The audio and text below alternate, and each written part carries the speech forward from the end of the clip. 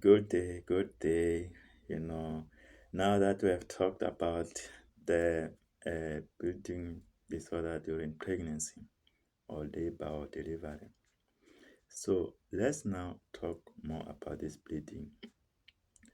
Bleeding, you know, bleeding can be classified in four ways. We have a class one, where you have a minor bleeding, which is less than 15% blood volume loss. You know, so in this bleeding, there is no change in the vital signs. But the majority of blood loss uh, doesn't really, it can be in the venous system. So that's why the manifestation of these vital signs are not immediate. So before you actually compensate, uh, the arterial system, and there is actually not significance of the vital signs because of that blood concealing in the venous system. Remember, the venous system takes a lot of blood. It actually it stores blood. Remember, in the venous system you have the what we call valves. Yes, I think they are called valves as well. Then the blood goes up back into the right atrium, but it goes slowly, and these veins have high capacity compared to the arteries. Okay, well, let's go to class 2. 15 to 30% blood volume loss. Uh, this one as well, there is a compensation of that blood. There may be some sympathetic response, which leads to a vasoconstriction and cardiac output compensation. So, by the way, when we get to class 3, 30 to 40% blood volume loss, the compensatory mechanisms, vasoconstriction, heart rate, it's not sufficient to maintain tissue perfusion. So oxygen delivery does not meet oxygen demand. So the patient may develop, a metabolic acidosis, lactate, for an example, requires transfusion.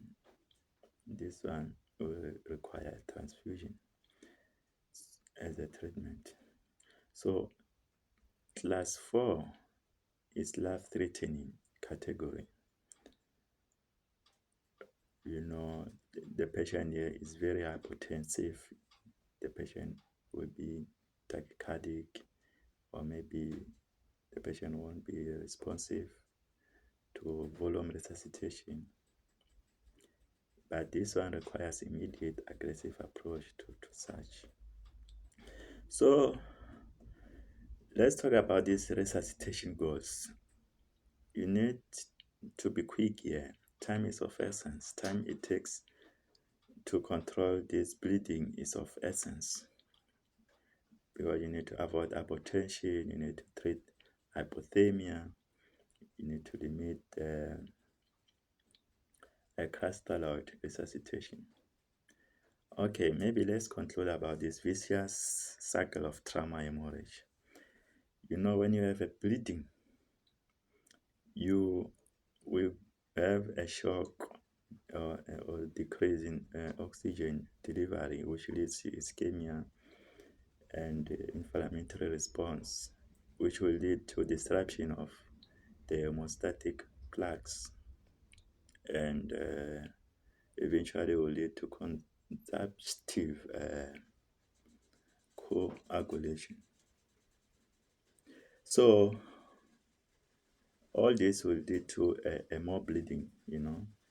This is just a cycle of it.